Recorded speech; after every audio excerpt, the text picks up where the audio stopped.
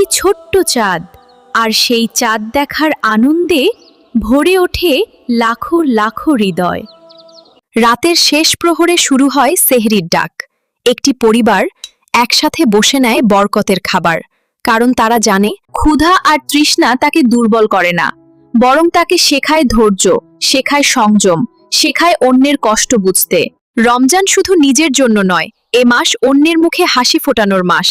একটি ছোট্ট দানও হতে পারে কারো কাছে বিশাল উপহার।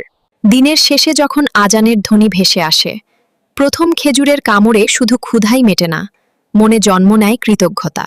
নিঃশব্দ রাতে সিজদায় লুটিয়ে পড়ে মন, অশ্রুসজল চোখে মানুষ খুঁজে ফিরে ক্ষমা, খুঁজে ফিরে নতুন শুরুর আলো। হাজার মাসের চেয়েও শ্রেষ্ঠ একটি রাত, যে রাতে দোয়া কবুল হয়, যে রাতে ভাগ্য বদলে যায়। এক মাসের সংযম শেষে আসে আনন্দের সকাল। কিন্তু রমজান আমাদের শুধু উৎসব শেখায় না, শেখায়